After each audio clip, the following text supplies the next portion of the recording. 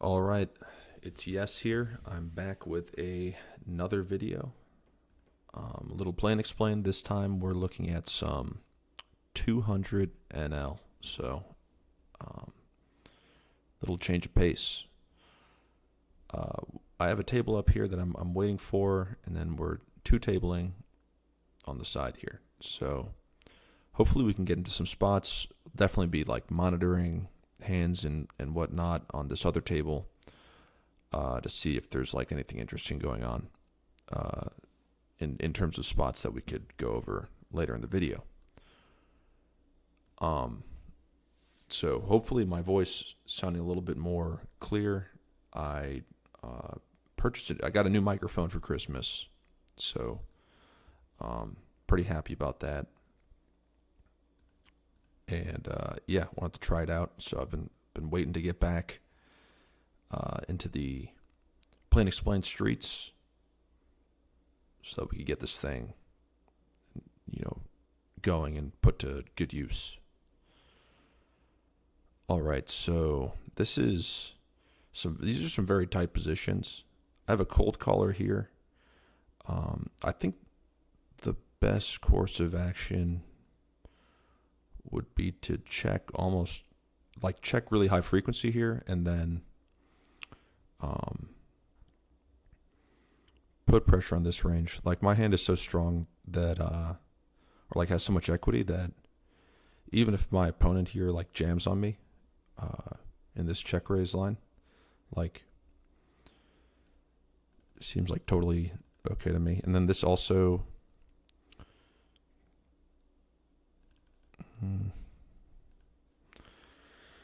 this is also getting the out of position player to put some money in as well. It's sort of hard for them to have either of us drawing dead from these positions.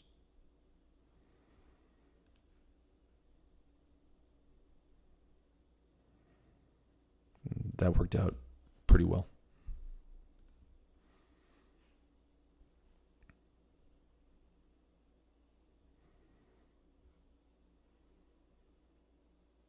Maybe I could get on like a 50 NL table. There's no 100 running.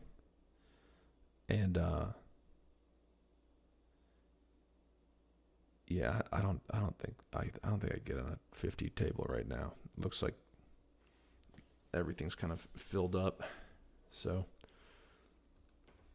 hopefully something here opens up. So this player is extremely aggressive. Hoping to 5 big blinds UTG. This is losing for a couple of reasons. The main one being that you are like the EV of most of your hands pre-flop comes from winning the blinds. Like there's tons and tons of EV from winning the blinds. The less that you could risk winning the blinds, the higher your expectation is. Fold. So 10-7-4. I'm going to opt to. This hand is actually pretty close because there's a number of good turns. So you could bet big, small, or like medium. You could also check. I'm going to opt to bet smaller on this board. I think with like a weaker hand, or a hand that had like less backdoors, I would put it more into the check. But this seems okay to put into the bet. And then on this type of turn, I would want to continue betting. So, and you pressure plenty of hands. Like in these really wide range spots, it's this is a mix anyway. I'm gonna end up folding. In these wide range spots, it's like, do you really need to go through like all the combos? Probably not. There's going to be a lot of hands that auto fold turn, and there's going to be a lot of like hands that you're able to pressure on the turn as well. Hopefully my voice is coming in clearly, because I haven't really been able to tune up this microphone or like adjust the settings all that much. And I'm kind of just jumping in now to like a little play and explain action. So yeah, I'm not sure. Hopefully it sounds good. Hopefully you guys are enjoying the improvement, the quality improvement. And yeah, I hope everyone watching this, you had a nice Christmas, you got some nice gifts, got to spend it with family or whatever. I was out of town for a little while because that's exactly what I was doing. I was visiting some family and friends up in my hometown. And I hadn't done that for some amount of years now. So it was actually quite nice.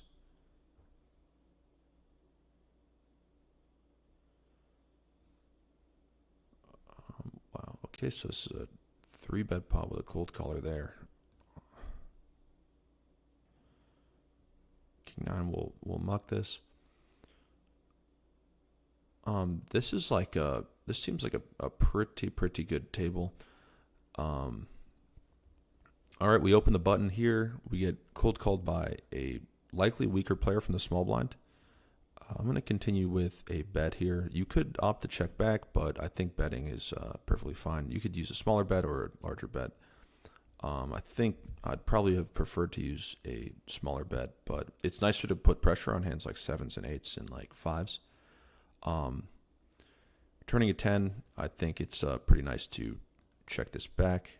And then this King of Diamonds, I can't imagine this gets bet all that often or that they have a jack all that often, but my hand is not really strong enough to value bet. So we're going to just show down versus like a 9 or a 6, which is what happens. And here we'll check. So we open the King 6 here from, looks like the low jack. We get 2 cold callers. The big blind calls as well. And right now we have the nut flush draw. So I think that this is like quite a nice hand to check raise, and that my opponent is likely going a little bit too thin for this type of sizing. On the Ace of Spades turn,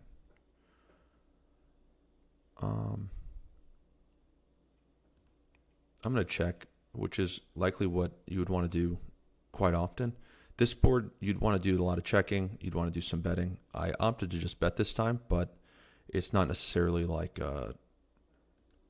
you'd want to mix quite a lot with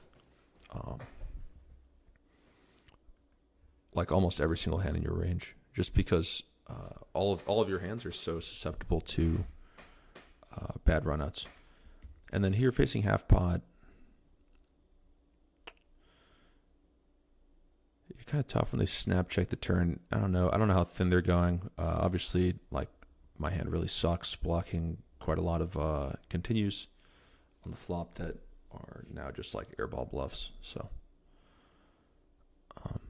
folding seems perfectly good and fine. I will be checking almost everything here. To this weaker player, I expect them to reopen the action quite a lot with some marginal hands. On the 7, my hand seems a little bit too low equity to begin bluffing from these positions, but I think on the river,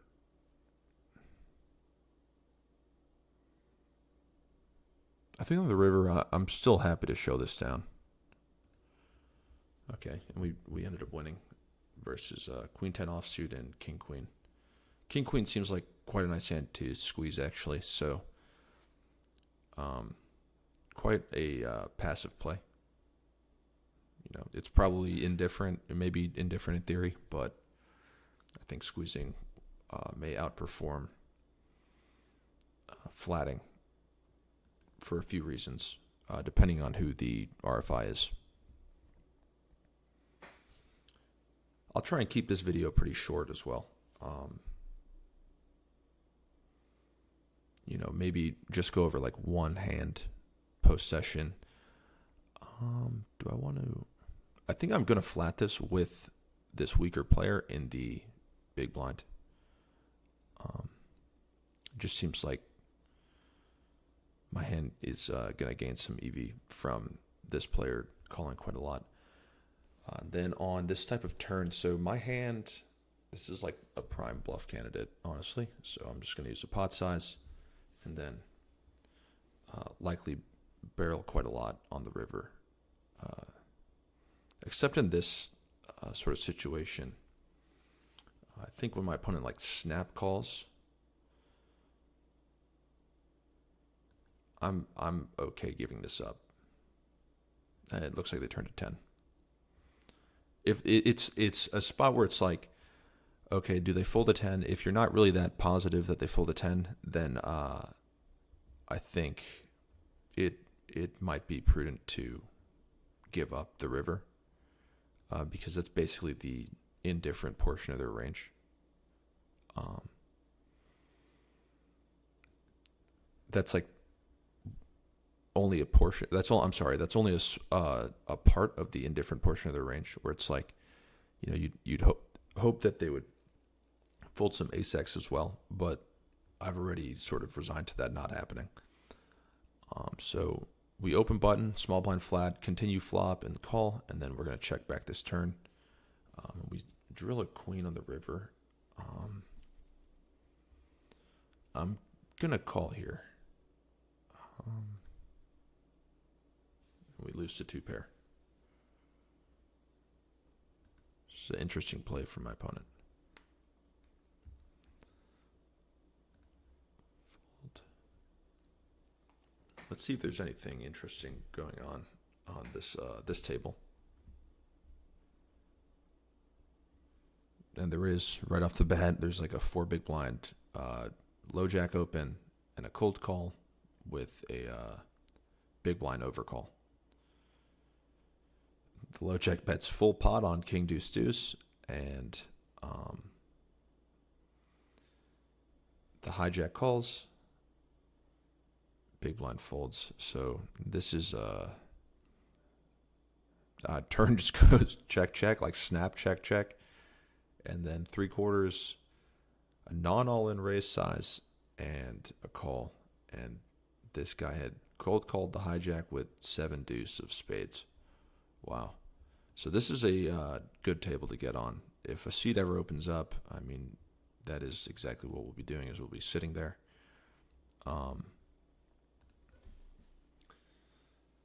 Yeah, that was an interesting hand. I think it's not GTO approved. Maybe more likely some street poker.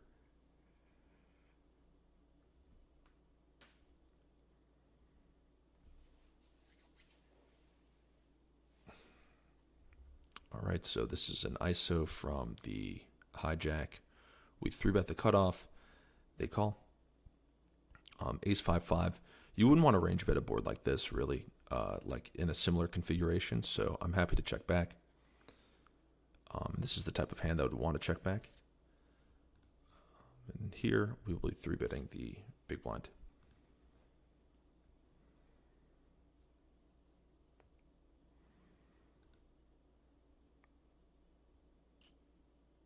And now when we bet, we're basically saying we have like a weaker ace that check back the flop. We could use a larger bet that's built around like, I guess it would have to be built around like ace 10 and then like pocket tens. But I think I prefer to just use this 3/4 size. And we river quads. So I'm going to use a non-all. I'm just going to use this B75 size. So this is probably what you would want to use for a hand like ace queen, ace king. Puts a lot of like pressure on the ace X region for my opponent. I think if you go any larger, especially because this seems to be like a regular, they might tend to overfold a little bit. We could go ahead and look at that hand later. even though it's not going to be like there. It might be hard to find a solution that's similar just because it was an ISO pot. And then here we will check from out of position.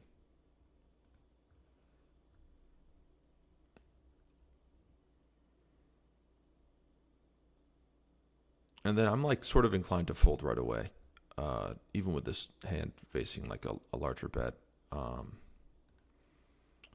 just because this range is a little bit too high equity.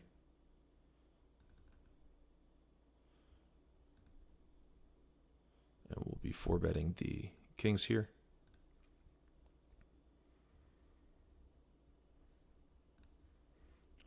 Yeah. So Jack's in this spot facing B75, in a single raise pot.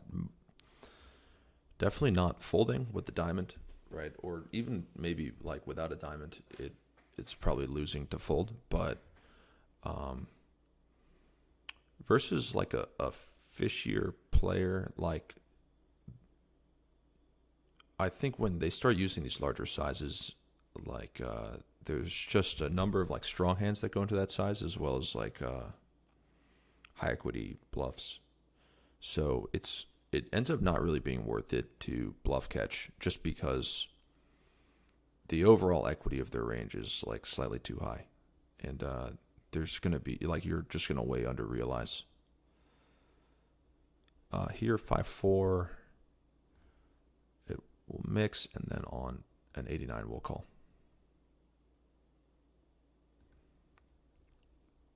King 7-3, two-tone. This hand we will put into a really low frequency raise, and then a call. Turn the straight, which is nice. We could up to donk. I think I do like donking this turn. I just expect this type of turn to pacify my opponent a little bit too often. The only, like, the downside of donking, right, is like it inhibits like bluffing from your opponent. However, if you don't really anticipate your opponent bluffing much, it's nice to get in there.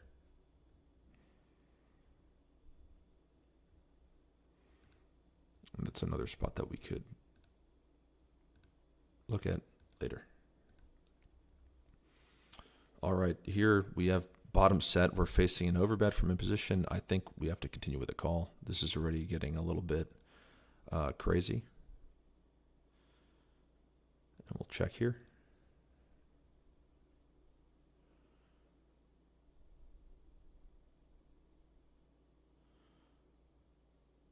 And we'll have to continue with the call as well here.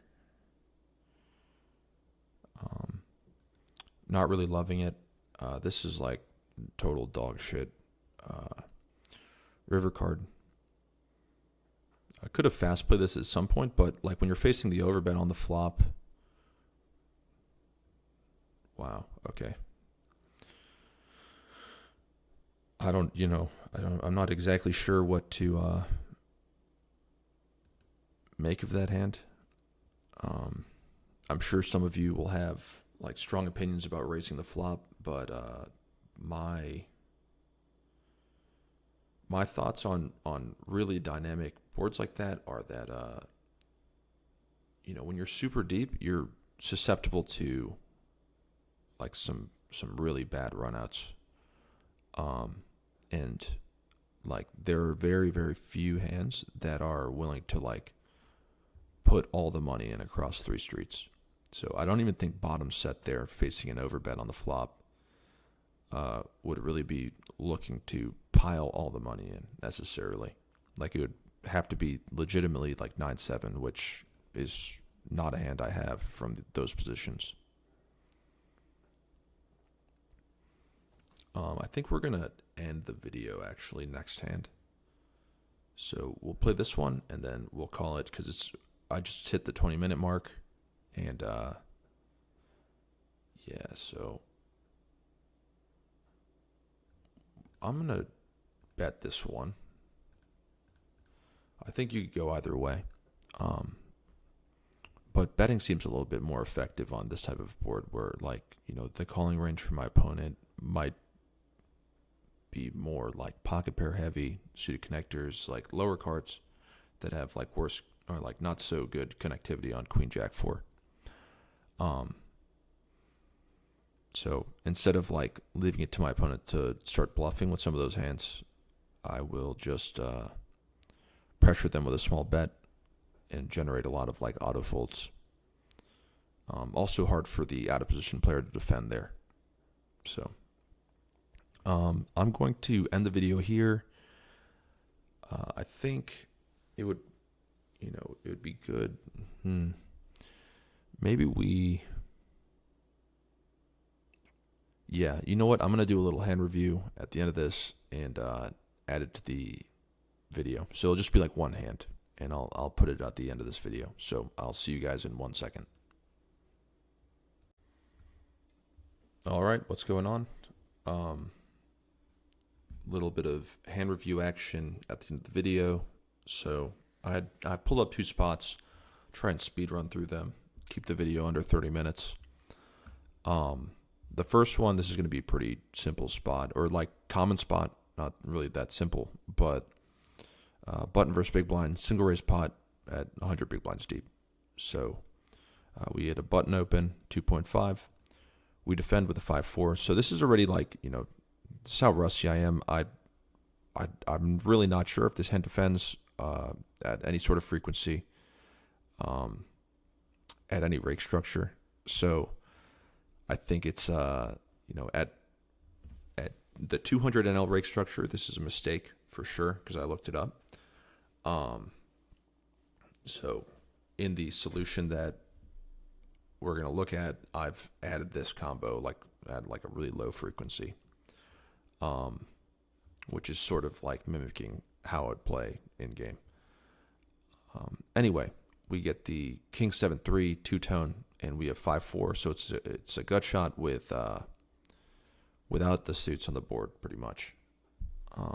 So we check, and our opponent bets about B33. So I assume they're doing this with their entire range. So I'm sort of, I'm incentivized to raise somewhat, but without the suits on the board, it's harder for me to like have a number of runouts to bluff.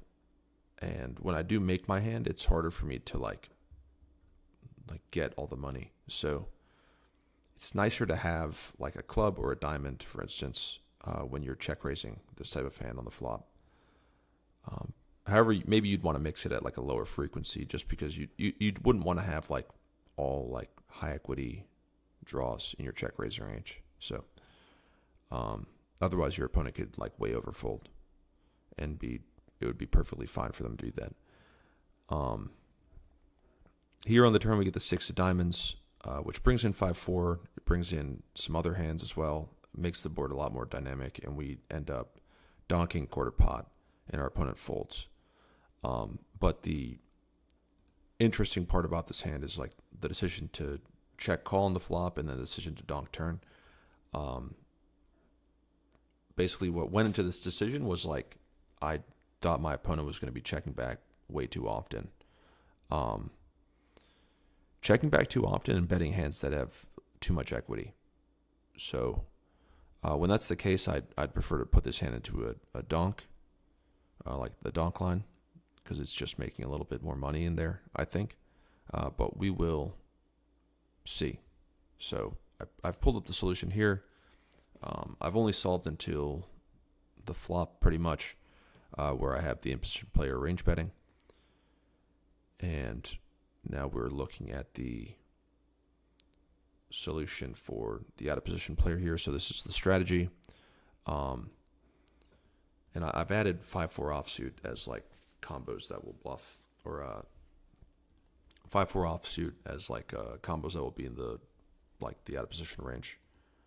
And yeah, without the suits on the board, right, like sort of leaning towards calling as well as raising, like you're going to be mixing. And it's the same sort of situation with 5-4 suited, which you'll have at a higher frequency. And you can see like with a backdoor or with like a single club or a diamond even, you're getting in there for sure. So we end up just in the check call line, and we see the 6 of diamonds turn.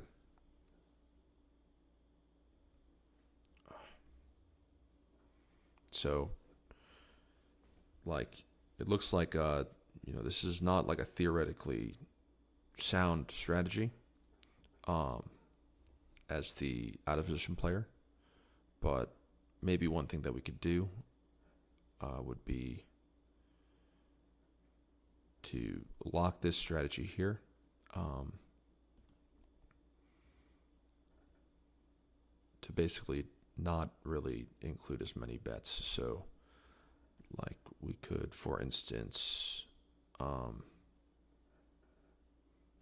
don't know the best way to go about this. Maybe we just adjust the frequencies. So instead of 34% or whatever it was, we'll reduce it by some percentage. Let's say 10% for now. And just see how sensitive it is and see if this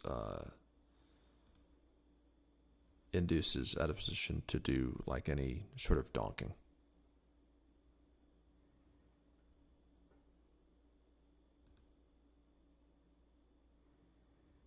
Oh, well, we're donking for a larger size. So, it looks like the main hands that would want to donk would be straights. So I'm glad that, at least my thought process is somewhat accurate in game. Although, like, my thoughts were sort of that, like, theoretically this may be happening as well, which is not the case. But I think this is interesting, to say the least. That you adjust the check back frequency, and you could just tweak it a little bit, and you're going to see like a significant change in the out of position strategy. So that's going to be it for this hand. Maybe really quick, we look at this one as well.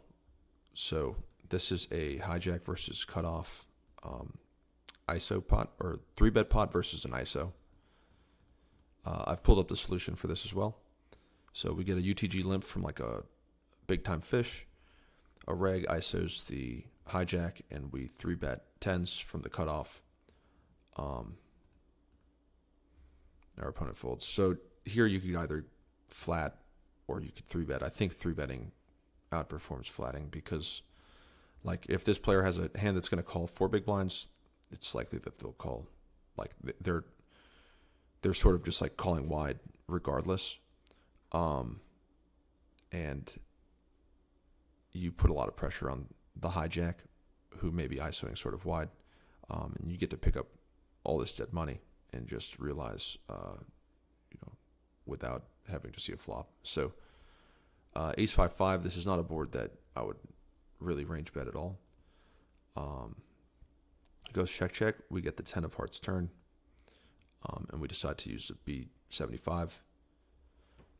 This is mainly because, like, I'm saying I have a hand like ace queen that's checked back. I'm saying I have a hand like ace jack that's checked back. Maybe some stuff like that. And that's sort of how I've built the strategy on the turn. River, we've made quads. Our opponent checks, and then I'm thinking about like what that hand class would want to do on the river, and it's probably take a similar size. So I wouldn't want to use like an all-in size, because there wouldn't be like, I wouldn't be taking B75 on the turn with like a 10, for instance, really. Maybe at like a lower frequency, but it would mainly be like ace X. So, anyway, our opponent folds, but I'm interested in what the actual strategy is in this spot. So here I've pulled it up and I've adjusted the ranges a little bit. to mimic more of like what I expect to see in game from like a reg in the hijack who's ISOing like a really weak player, and then calling a 3-bet. So this is their range. They're going to check, and then this is the imposition range. So this seems like somewhat accurate.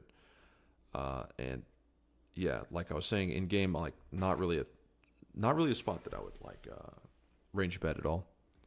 And if we were to look at the combos of tens that we would be betting, it would be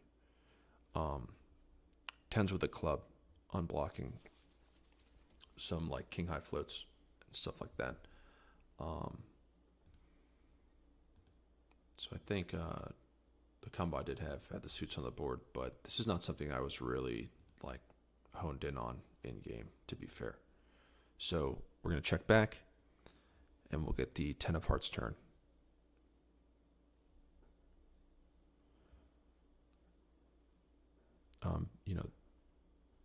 B66. So the out of position player not really polarizing super hard on the turn, which is interesting to me. I guess as this stack depth, it's like probably a bit more challenging. Like we're sort of uncapped on the 10 here. Like we've improved to like ace 10, we've improved to pocket 10, stuff like that as the imposition player. But it's interesting that there's no like polar sizing for the out of position player. Maybe if I've added it, they would use it a little bit more. But anyway, high frequency check, they check, and then we are getting in there with like a smaller bet and then like a B67. So this is sort of the main size that I was intending on using, but it looks like even this might be a little bit too large to build an entire strategy around. So, just for the sake of accuracy, we'll make this B75. I'm going to add another size as well, which will be like an overbet. And we'll see if that gets used at all.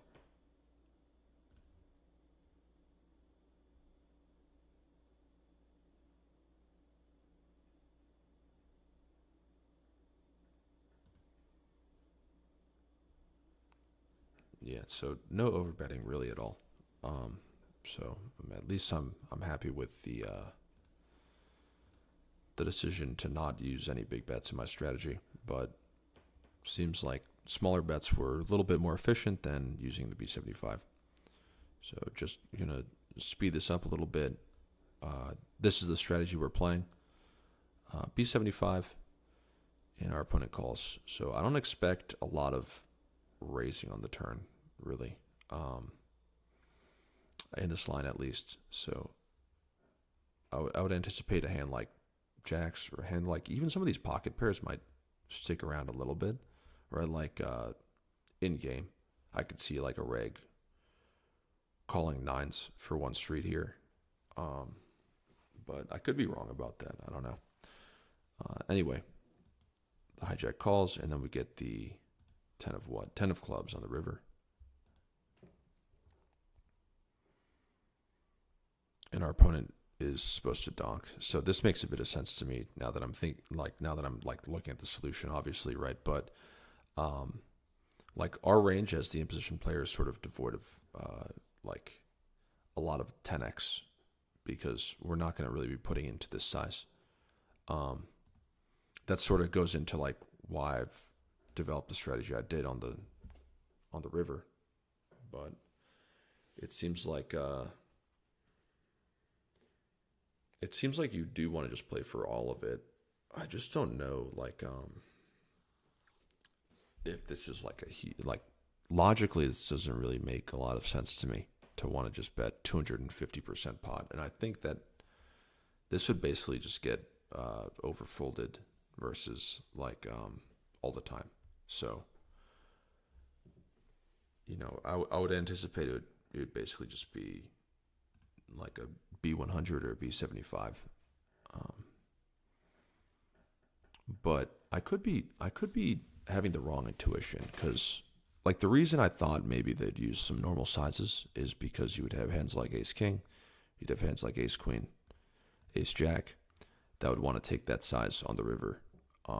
However, it looks like betting those hands is going a little bit too thin. So if that's the case, then what are you betting, right? You're like betting at 10. Like rivered full house, it's pretty much the nuts. So, I don't know. I don't know if this is like a big misplay. I think my thought process might have been like the value threshold that I had in mind might have been a little bit skewed or a little bit off. But definitely interesting spot on the river for sure. So anyway, that's going to wrap up the video. It's a little bit longer than I want it to go. It's about 35 minutes. I'm glad that, if you're watching at this point, that you've stuck around and, leave a comment in the comment section. Let me know your thoughts on any of these spots that I've played. Like the video, whatever. I hope everyone has a happy new year. And yeah, I'll see you guys soon.